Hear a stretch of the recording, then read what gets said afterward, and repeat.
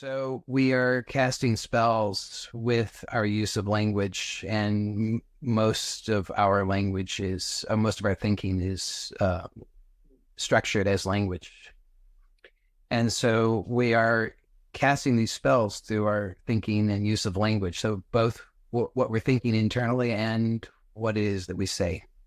And so, in fact, reality is totally wide open. Reality is formless, but we give it form through the use of language, through the use of words and thoughts.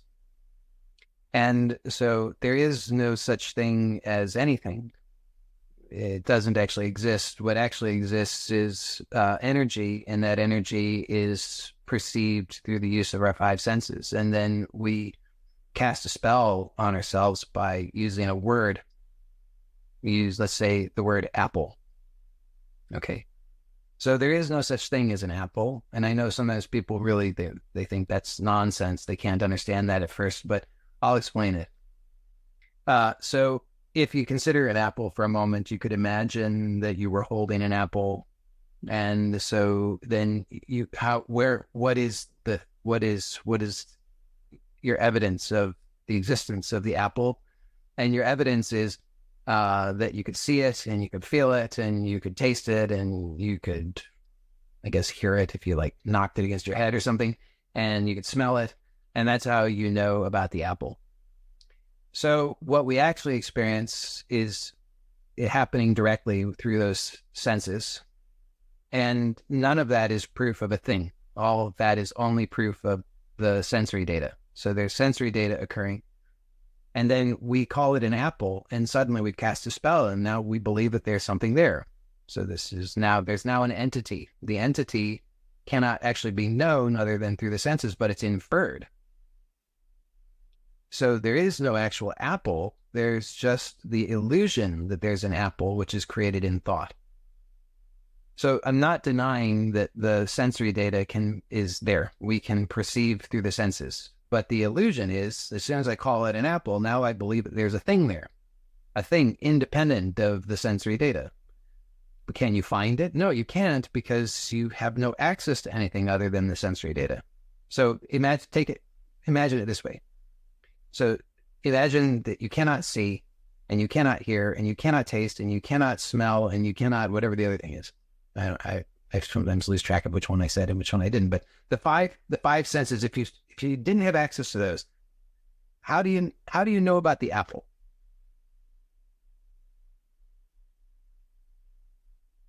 You don't.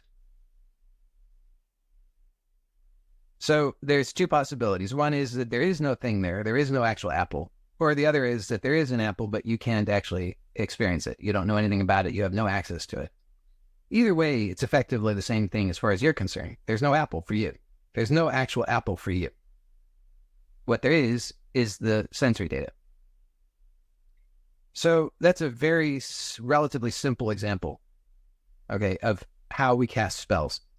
So we do this with things.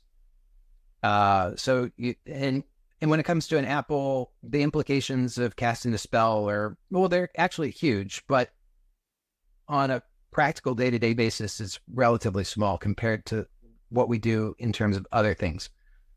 So now think about this. So you have a name that you answer to, right? And so are you that name? The answer to that is no, right? You're not that name. Because if we took away the name, then we would say, well, you still exist, right? And you have and then you have you have a body, and you say, well, you identify with the body, probably. And so if you didn't have that body, well, would you exist? That, depending on how you understand yourself, maybe you would say you don't exist. But you could if you were not feeling your body, would you still exist? Right? Could you imagine that you went numb and you couldn't actually feel your body? Would you still exist? Probably you would answer yes to that. And imagine that you were blind and you couldn't see your body. Would you still exist? Yes. And So, imagine you lost your sense of smell, you couldn't smell your body. Would you still exist? We could do this with each of the senses, right? So if you didn't have each of the senses, would you still exist? You would say yes. I mean, there gets a point though, it's a little questionable. How do you know that you still exist? But the point here is that your body, you only know about your body through the same senses. You identify with that and you think that you are that thing, but that thing doesn't exist. The body doesn't exist. The body is an idea. It's a spell that you've cast. And what actually exists is sensory data. And you take that sensory data to mean the thing. You think the sensory data is proof of the body. The same way you think the sensory data is the proof of the apple, or the sensory data is proof of the chair, or the sensory data is proof of the tree, or anything else. But it's not. The sensory data is simply the sensory data. And you have associated that sensory data with an idea. And that's what a spell is, or an enchantment. So you think then also that you now think about this. You think you have a personality. Now we start to get into something that's even more abstract, right? So we can call things, we create entities that you can't even see anything or experience anything directly of it. It's not an object in the way that an apple or a body is. The personality is this other layer of abstraction where now we say that there's an entity, this thing called a personality, but we don't even have any direct sensory data of it. Instead, it's inferred based on other things. So we can see certain things, hear certain things, and we say, oh, that's proof of the personality. Right? Like you could see behaviors, and then those behaviors we take to be evidence of a personality. Can't actually directly perceive anything that we can say that's the personality in the way that we can perceive things that we would say that's the apple. So now we've got this layer of abstraction. Now, are you the personality? So if maybe your personality has changed over time. You still exist. The personality comes and goes. The personality is malleable. It's changeable. But now think about this. When somebody says, so if you knew somebody when, 20 years ago or 10 years ago or 5 years ago, and let's say you haven't been in contact with that person for a number of years, and somebody else talks to that person and mentions your name and they say, do you know your name? And that person might say, yes, I know that person. Now, what do they know? They know their idea. They know their idea of you. They know their idea of your body and your personality. So here you can start to see how this becomes problematic. Maybe you run into this in your life when somebody is thinking things about you, and that does not agree with what you think about you. Right? Somebody says, oh, you're lazy. And you think, what? I'm not lazy. How could you call me lazy? And you get into an argument about this because they're calling you lazy and you don't agree that you're lazy.